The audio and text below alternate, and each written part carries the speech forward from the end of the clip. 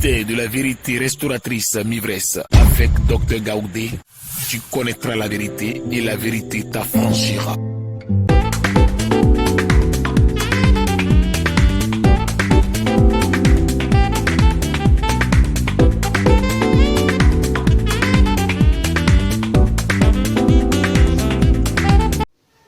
Je vous salue dans le nom de Jésus de Nazareth. Oh, que le nom de Dieu soit béni et toute la gloire soit à Dieu au nom de Jésus. Père, ce matin, voici ta parole. Papa, parle à tes enfants. Parle à tes enfants que nous sommes.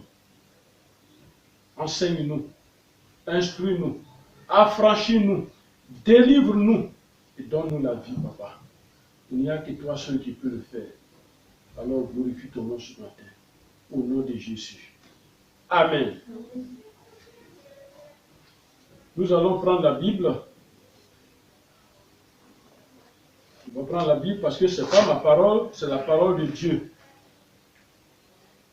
Et comme je le dis toujours, je peux réciter les versets, mais je préfère qu'on ouvre la Bible et qu'on lise les versets qui viennent de Dieu. Les versets bibliques qui viennent de Dieu. Alors aujourd'hui, l'Éternel a regardé dans le livre des Psaumes. Dans le livre des Psaumes, il a choisi le psaume 17. Et dans le psaume 17, l'Éternel est parti jusqu'au verset 8. Et il a dit, parle à tes enfants, psaume 17, verset 8 à 12. Garde-moi comme la prunelle de tes yeux, Garde-moi de l'œil. comme la prunelle de l'œil. Oui. Garde-moi comme la prunelle de l'œil. Protège-moi à l'ombre de tes ailes. Contre les méchants, tu me persécutes. Contre mes ennemis acharnés, qui m'enveloppent. Ils ferment leurs entrailles. Ils ont à la bouche des paroles hautaines. Ils sont sur nos pas. Des gars, ils nous entourent. Ils nous épient pour nous terrasser. On dirait un lion avide déchiré, un lionceau audacieux dans son repère. Amen. Amen. Donc, voici la parole que l'Éternel nous donne aujourd'hui, que tu as écoutée. Tu as écouté cette parole. Elle ne vient pas de moi. Elle vient de l'Éternel. Garde-moi comme la prunelle de l'œil. Protège-moi à l'ombre de tes ailes. Contre les méchants qui me persécutent. Contre mes ennemis acharnés qui m'enveloppent. Ils ferment leurs entrailles et ils ont à la bouche des paroles hautaines. Ils sont sur nos pas. Déjà, ils nous entourent. Ils nous épient pour nous terrasser. On dirait un lion avide de déchiré. Un lionceau aux aguets dans son repère. Voici la parole que tu as écoutée. Je vais répéter pour que tu écoutes encore, que tu écoutes, que tu écoutes, que tu écoutes. Amen. Amen. Alors, retiens le verset, Psaume 17, verset 8 à 12, qui est le texte du message d'aujourd'hui. Amen. Amen. Et donc, avant de commencer, il faut savoir pourquoi cette prière de David. Parce que c'est une prière de David. Il faut savoir pourquoi cette prière de David. Alors, pour comprendre le pourquoi, allons dans la Bible pour rechercher cette cause. Et dans la Bible, le Seigneur m'a conduit dans 1 Samuel. Allons dans 1 Samuel 23, versets 25 et 26.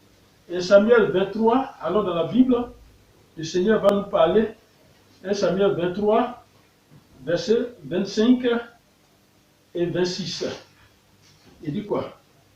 Saül partit avec ses gens à la recherche de David. Saül, le roi Saül, est parti, quand il est parti avec ses gens, ça veut dire qu'il est parti avec son armée, avec ses soldats. Il est parti avec ses généraux, il est parti avec ses gens à la recherche de David. Et l'on en informa David. Alors les gens ont informé David que Saül est parti à ta recherche. Amen. Amen. Amen. Et l'on informa David qui descendit le rocher et resta dans le désert de Mahon. On a informé David. Et David est parti rester dans le désert. Tout ça, c'est une fuite devant Saül. Saül l'ayant appris, poursuivit David au désert de Mahon. Quand il a appris, il a poursuivi David dans ce désert-là. Saül marchait d'un côté de la montagne et David avec ses gens de l'autre côté de la montagne. David fuyait précipitamment pour échapper à Saül. Mais déjà, Saül et ses gens entouraient David et les siens pour s'emparer d'eux. Amen. Vous voyez l'image de cette poursuite là. Saül veut s'emparer de David. Une des causes est David a été choisi et oint à l'Éternel. Donc, en attente d'un avenir pour le nouveau pasteur d'Israël, c'est-à-dire pour devenir roi en Israël. Il a été oint, donc en attente de devenir roi, alors que Saül est roi. Parce qu'à leur temps, le prophète, c'est lui qui oint les rois. Celui qui est le roi, il le oint. Et donc, tu connais l'histoire de David. Le prophète arrive dans la famille de David, et puis il demande à son père, où sont tes enfants? Et puis il a présenté tous ses enfants. Ce temps-là, David était derrière les moutons en brousse. Amen. Et le prophète a dit, il y a un encore qui manque. Et quand il est arrivé, c'est lui qu'on a choisi. Amen. Amen. Voilà. Je ne veux pas être long dans cette histoire. Mais il faut savoir qu'il y a une cause. Mais Saül est toujours roi. Et chaque mission confiée à David est une réussite.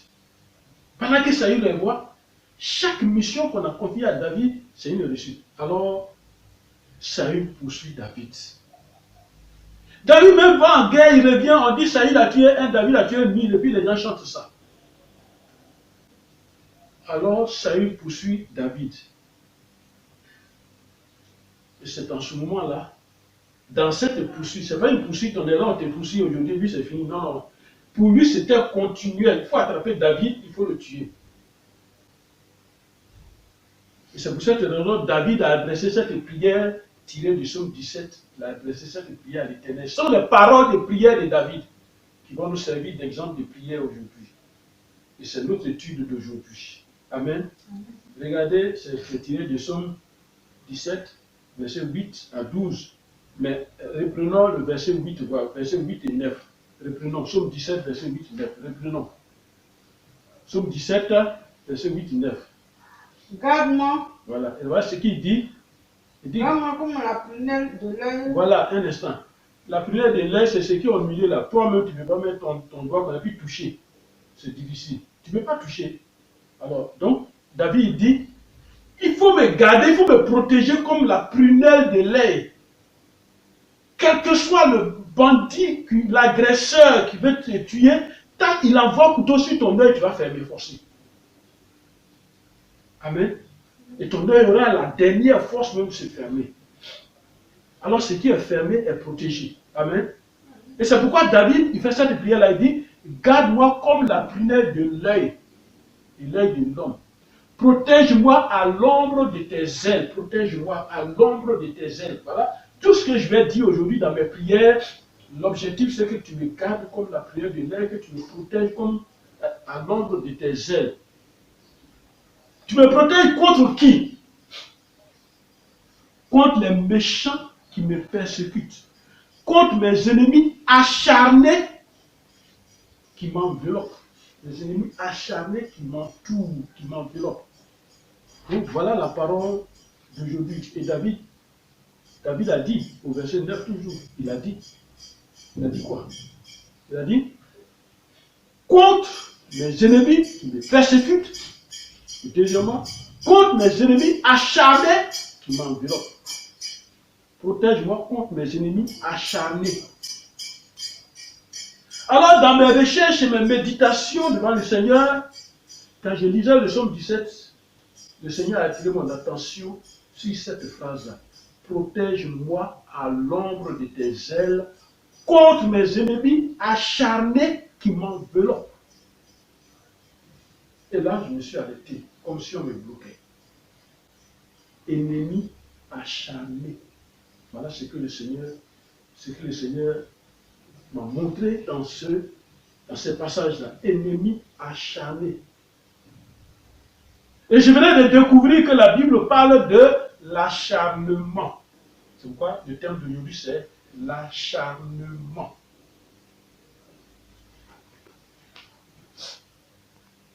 Amen. Donc le thème d'aujourd'hui c'est l'acharnement. Dans ce monde, si ton étoile brille, c'est grave. Si tu as réussi, c'est un problème. Si tu deviens riche, c'est un combat. Si tu as une percée dans un domaine quelconque, ça devient un combat spirituel.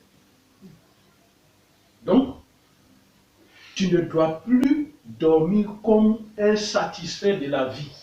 Est-ce que tu m'écoutes? Pour cela, pour tout ce que je viens de citer, quelqu'un s'acharne contre toi.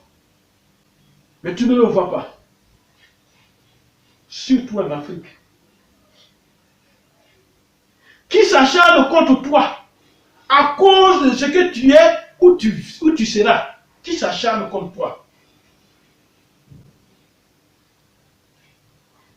Nos ennemis obstinés s'acharnent contre nous. On dit obstiné, ténace. Il n'abandonne pas. Il a attrapé. Il n'abandonne pas. Quel que soit l'âge, tu as 5 ans, tu as 1 an, 2 ans, 3 ans, jusqu'à ce que tu meurs, il n'abandonne pas. Obstiné. Notre ennemi obstiné s'acharne contre nous. Pourquoi cet acharnement? Et comment s'en sortir?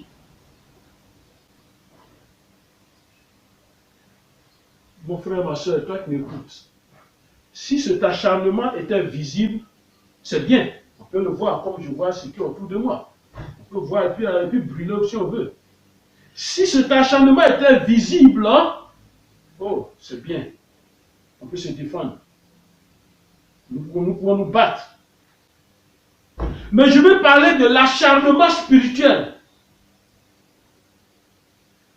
Avant de commencer, allons dans Ésaïe 21, verset 15. Prenons le prophète. J'aime bien ce prophète. Ésaïe. Allons dans Ésaïe 21. La Bible nous dit quoi? Ésaïe chapitre 21. Verset 15. Lisons la parole de Dieu. La parole de Dieu nous dit. Car il fuit devant les épées. Il fuit devant les épées. Devant l'épée nue. Il fuit devant l'épée nue. Devant l'arc tendu. Un instant. Tout ce qu'on est en train de citer, ça c'était les armes de leur temps. Mais aujourd'hui, nous avons des armes sophistiquées. Et qui sont prêts. Et comme ils sont prêts. Et on dit, c'est comme si on disait, car il fuit devant les chars. Il fuit devant les pistolets. Il fuit devant les calaches. Il fuit devant, voilà, je ne connais pas toutes ces armes. Mais, voilà, il fuit devant ces armes-là.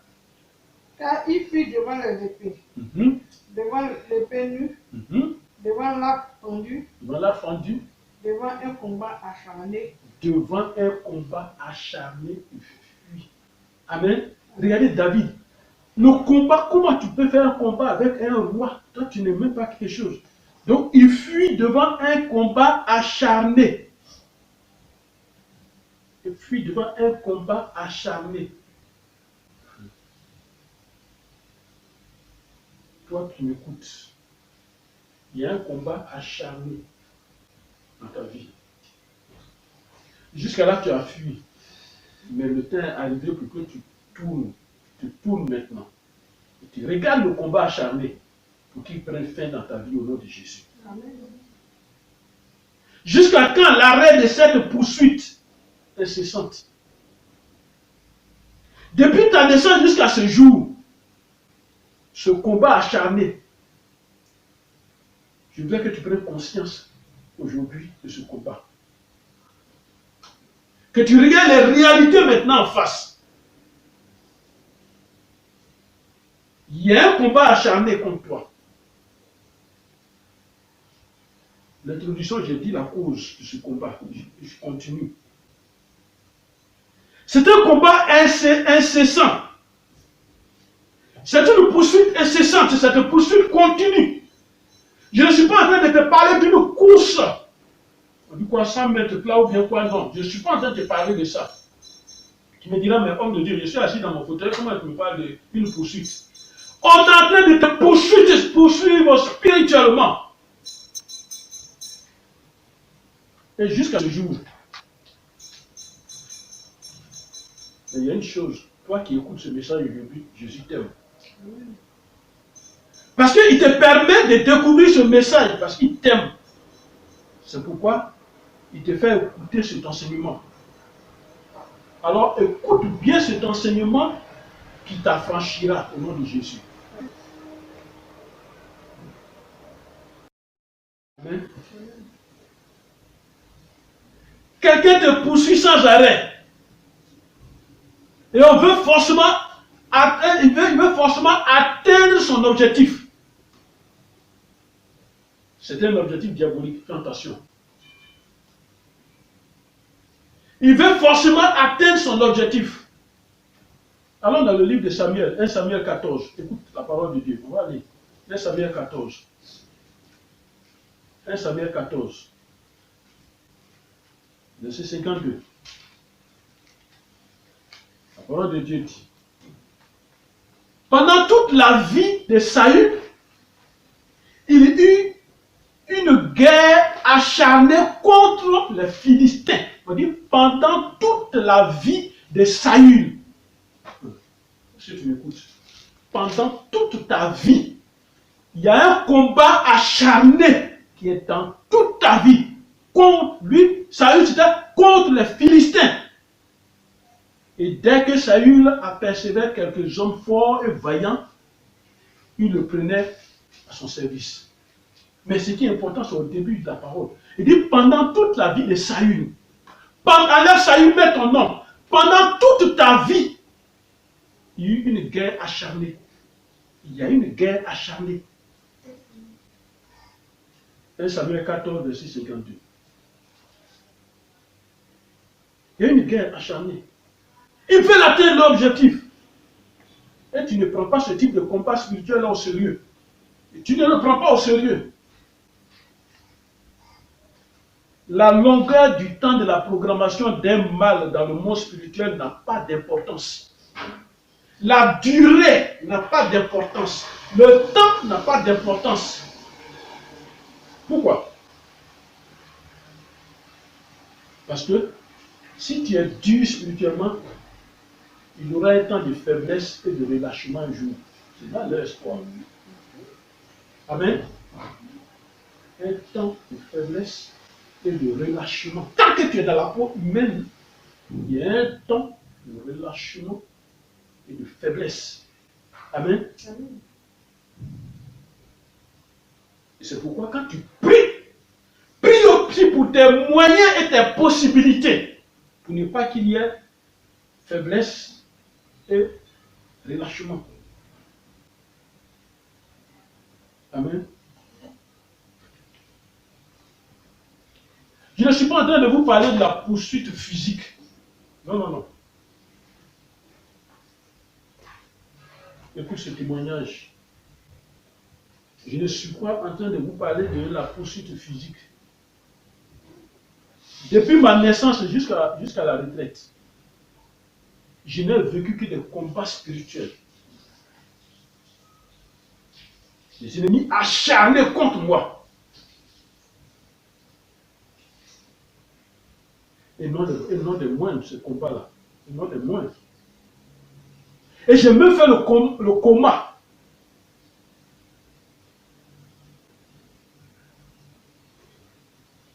Amen. Passant par mes études et mon emploi, le combat était dur. Combat contre la pauvreté. Parce que la pauvreté était acharnée aussi contre moi. Combat pour la conservation de mon emploi. Là encore, c'était un combat, un acharnement. Comme si je n'avais pas le droit de travailler. Combat pour les réalisations, afin d'avoir une bonne retraite, afin d'avoir une meilleure vie. Combat même dans les églises. L'église était acharnée encore contre moi. Combat dans ma maison, ma propre maison acharnée contre moi. Dans cet acharnement, j'ai eu des défis. Gloire à Dieu, je suis arrivé à la retraite. Amen. Amen. Écoutons la parole de Dieu. Psaume 143, verset 3. La parole de Dieu nous dit quoi? Psaume 143, verset 3. Psaume 143, verset 3. La parole de Dieu nous dit: l'ennemi poursuit mon âme. Il fout la terre ma vie. Il me fait habiter dans les ténèbres comme ceux qui sont morts depuis longtemps. L'ennemi poursuit mon âme jusqu'à la mort. L'ennemi poursuit. Et cette poursuite va s'arrêter. Amen. L'ennemi poursuit mon âme. Souviens, Psaume 143, verset 3. À chaque fois que tu pries, pense à ça. L'ennemi poursuit mon âme. Pourquoi? Allons dans le Psaume 10, verset 2 maintenant. On va savoir le pourquoi. Psaume 10, verset 2. Psaume 10, verset 2. Amen. Le méchant dans son orgueil. Le méchant dans son orgueil fait quoi? Poursuit les malheureux. Un instant. Le méchant dans son orgueil poursuit les malheureux. Le méchant, c'est qui? C'est féticheur, charlatan, marabout, tous ceux qui font les mauvaises choses. Il poursuit le malheureux, c'est toi, c'est moi. Nous n'avons personne dans la haute société. Nous n'avons personne qui soit archi, bishop, élevé, bishop, prophète, bishop. Non. Nous ne sommes que nous-mêmes. Nous sommes malheureux. Amen. Nous n'avons pas les moyens de donner l'argent à l'archibishop. À donner l'homme qui a oué 10 000 fois pour qu'il prie pour nous. Nous n'avons pas cette possibilité. Nous sommes des personnes malheureuses. C'est pourquoi la parole de Dieu dit: le méchant dans son orgueil, il est orgueilleux en faisant ces choses. En s'acharnant sur toi, il devient orgueilleux. Il est orgueilleux, il se dit: moi je peux, personne d'autre ne peut. Regardez, le méchant dans son orgueil poursuit le malheureux. Amen. Et puis il fait quoi? Ils sont victimes des trames qu'il a conçues. Celui qui te poursuit là, le méchant qui te poursuit, tout ce qu'il a conçu contre toi, ils seront victimes de ces trames-là. Au nom de Jésus. Amen. Amen. Amen. Amen. Revenons à notre texte. Il faut savoir que Saül avait une haine pour David. Il y a quelqu'un qui a une haine pour toi. Même dans ta famille, il a une haine pour toi. En Afrique, tu es le plus petit. Et puis tu es le mieux payé. Le plus petit. Et puis c'est toi qui as les moyens. Le plus grand ne va pas accepter ça. Pourquoi c'est toi qu'on va attendre pour décanter les situations? Il ne va pas accepter. Amen. Amen. Amen. Amen. Quelqu'un a une haine. Il a une haine pour toi, une haine contre toi. Décrivons ce que c'est un acharnement. On va rentrer dedans. Je n'ai pas pris de dictionnaire. La Bible va nous expliquer. Et on va partir progressivement. Quand j'entends acharnement, ça veut dire quoi? Il y a quelqu'un qui est ton ennemi. Amen. Il est ton ennemi invisible. Et donc du diable. Et cet ennemi-là, il ne veut même pas te voir vivre. Il ne veut même pas te voir vivre. Amen. On va d'abord comprendre comment un acharnement se fait.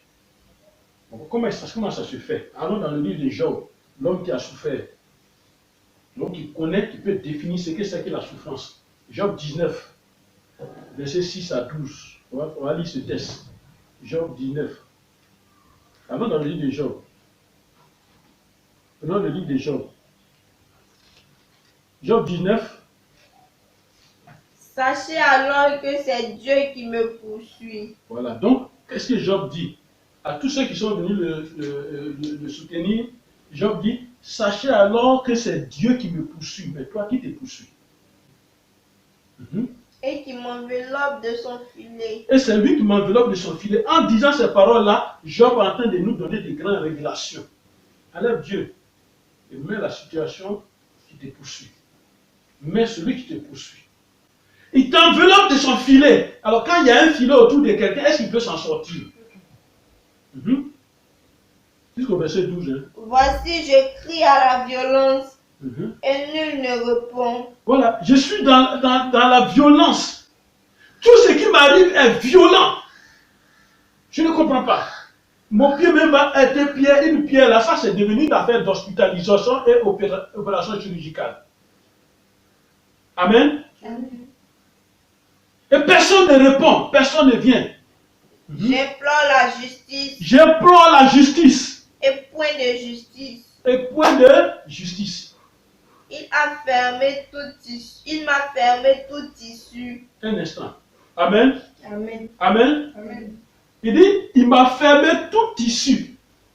L'ennemi acharné contre toi là, ce n'est pas de l'amusement ce que je suis en train de dire. C'est un combat, quand il se lève, lui-même il est déjà plein, il a pris toutes les dismissions, il a fermé toutes les portes autour de toi. Il a fermé toutes les issues.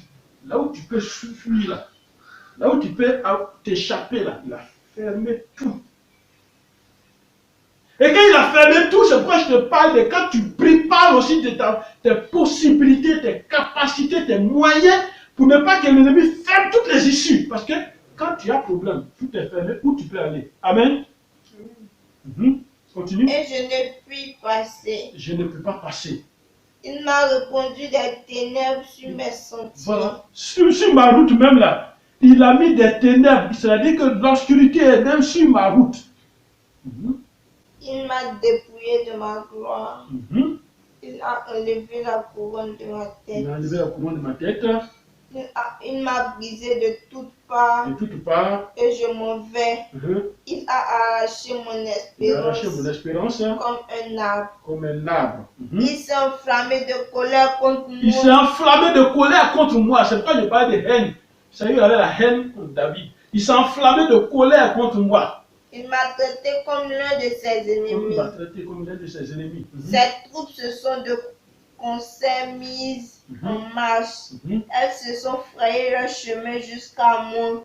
Elles ont campé autour de ma tente. Amen. Amen. Amen. Amen. Amen. Job, dans sa souffrance, accuse Dieu et ce que Dieu lui a fait, qui est pour nous une révélation. En fait, c'est un enseignement qui nous présente comment tout acharnement se fait contre toi, contre lui. Comment tout acharnement est fait contre lui. Comment tout s'acharne contre lui. Amen. Et donc, Job nous fait découvrir quoi? Dans l'acharnement, il y a celui qui s'acharne contre toi. Ça, c'est dans le spirituel déjà. Celui qui s'acharne contre toi. Il y a la violence, manque de justice, il y a les issues qui sont fermées, Il y a les ténèbres sur toutes les voies que tu prends, tous tes chemins. Il y a le dépouillement de la gloire. L'acharnement. Le dépouillement de la gloire. L'enlèvement de la royauté. Amen. Partout, tout est destruction dans ta vie.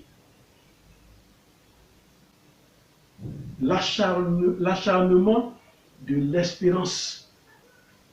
Amen. L'acharnement de l'espérance. L'espérance que tu as, il y a l'acharnement dessus. La colère contre toi. C'est même une fureur.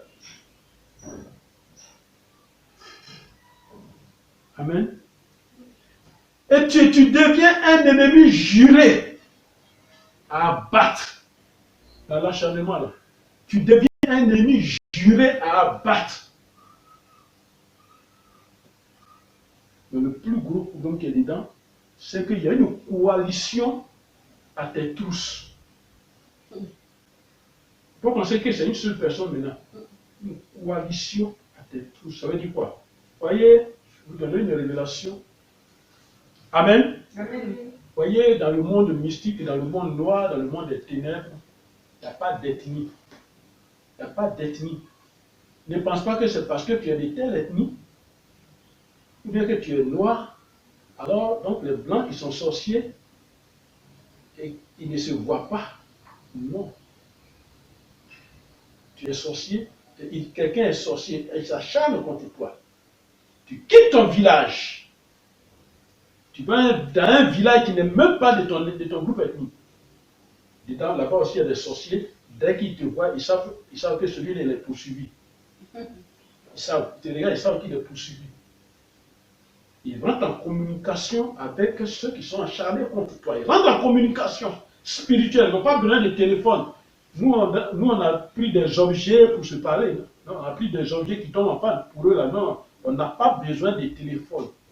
La technologie est plus avancée. Amen. Ils rentrent en contact. Ça peut être contact vidéo, pas d'autres vidéos. Hein. Contact vidéo, contact audio. Amen. Amen. Et on leur explique, celui-là, il dit qu'il a fui, il est dans tel coin. Ok, on l'a détecté. Tout de suite, ils vont dire pourquoi ils sont acharnés contre lui. Et chacun veut sa part dedans. Amen. Chacun veut sa part dedans. Et c'est ce que tu vis. Même tes pensées s'acharnent contre toi. Tes propres pensées s'acharnent contre toi. Parce que tu n'as pas Jésus. Alors, les paroles qui sont dans ta tête, les discussions dans ta tête, c'est un acharnement contre toi. Allons dans le livre de Daniel. Allons dans le livre de Daniel. Daniel 4, verset 5. Daniel 4, verset 5. Prenons le livre de Daniel. Le livre de Daniel, chapitre 4.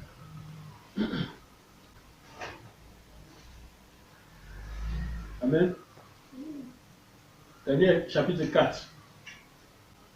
Toi qui suis cette vidéo, tu as trouvé Daniel 4, verset 5. Si dans le temps, nous apprenons en même temps à chercher les versets. Il dit quoi? J'ai eu un songe qui m'a effrayé. C'est-à-dire que j'ai eu un songe qui m'a effrayé. Les pensées dont j'étais poursuivi sur ma couche et les visions de mon esprit me remplissaient d'épouvante. Même tes pensées s'acharnent contre toi. Depuis ta naissance, à cause de ton étoile, à cause de ton devenir heureux, de ton avenir heureux, à cause de ton intelligence, à cause de ta réussite, une opposition a été créée pour te nuire. C'est cette opposition qui s'acharne contre toi. Je te le répète, ce n'est pas une poursuite physique. tu es, quoi que tu fasses, même si tu es caché, l'ennemi acharné est là derrière toi. Amen. Il enlève toutes les bonnes choses que tu reçois avant même qu'elles ne touchent tes mains. Ne prends pas cet acharnement comme une illusion.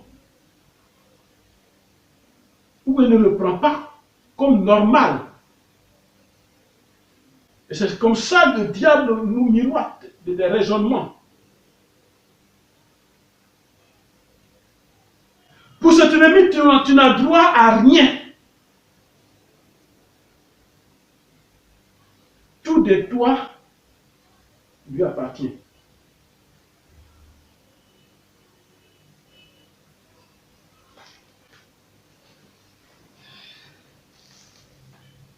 Amen. Tout de toi lui appartient. Alors, voilà un premier pas de cet acharnement. Il te poursuit avec hostilité. Voilà, premier pas de l'acharnement. Il te poursuit avec hostilité. Alors, dans Isaïe 11, verset 13, Isaïe chapitre 11, verset 13, la parole de Dieu nous dit,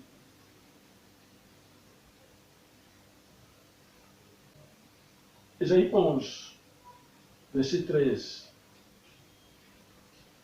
la jalousie d'Éphraïm disparaîtra et ses ennemis en Juda seront anéantis. Éphraïm ne sera plus jaloux de Juda et Juda ne sera plus hostile à Éphraïm.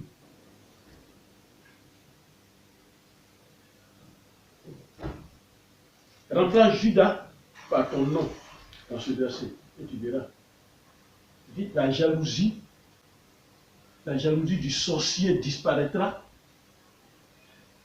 et tes ennemis seront anéantis.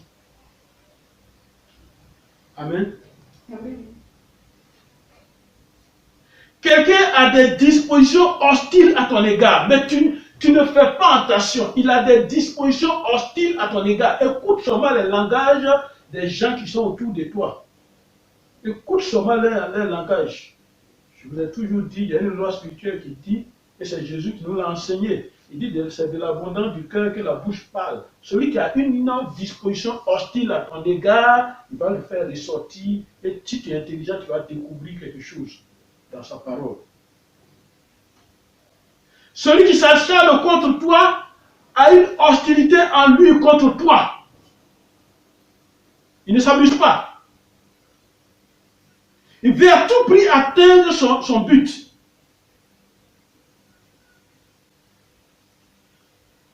Il te voit comme une chose à détruire. Toi, tu te vois comme homme. Quelqu'un a considéré, mais lui, il te voit comme une chose à détruire. Et c'est pourquoi un sorcier n'accepte pas que quelqu'un, un humain le commande. Il n'accepte même pas. Lui donne des ordres, il n'accepte pas. Même si c'est un enfant qui est sorcier. Il ne faut pas accepter que tu lui donnes des ordres physiquement. Allons encore dans l'acharnement, on est toujours dedans. L'acharnement est aussi des attaques avec opiniâtreté.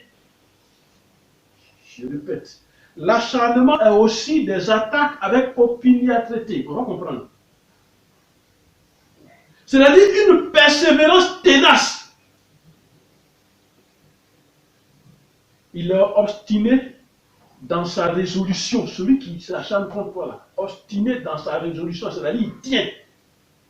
Il a pris une résolution. Non, rien ne peut l'ébranler. Il n'a pas peur.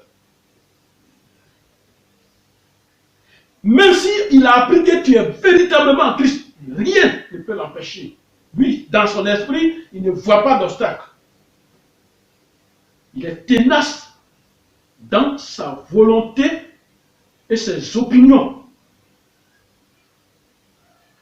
Ça, c'est un sorcier. Quand il te poursuit, c'est comme ça qu'il est. Parce que le sorcier n'abandonne jamais.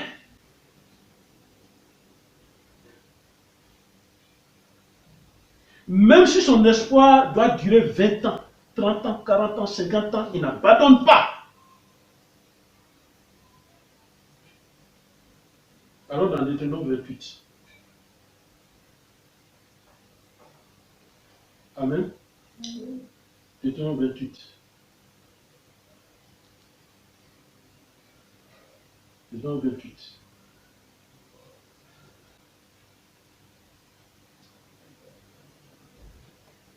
Amen. Et vous allez découvrir le mot opiniâtre encore. On a déjà dit. Deutéronome 28, verset 59. L'Éternel te frappera miraculeusement, toi et ta postérité, par des plaies grandes et de longue durée, par les maladies graves et opiniâtres. C'est le mot opiniâtre que je suis en train de rechercher. Dans ce verset, remplace Dieu par ton ennemi. L'ennemi te frappera.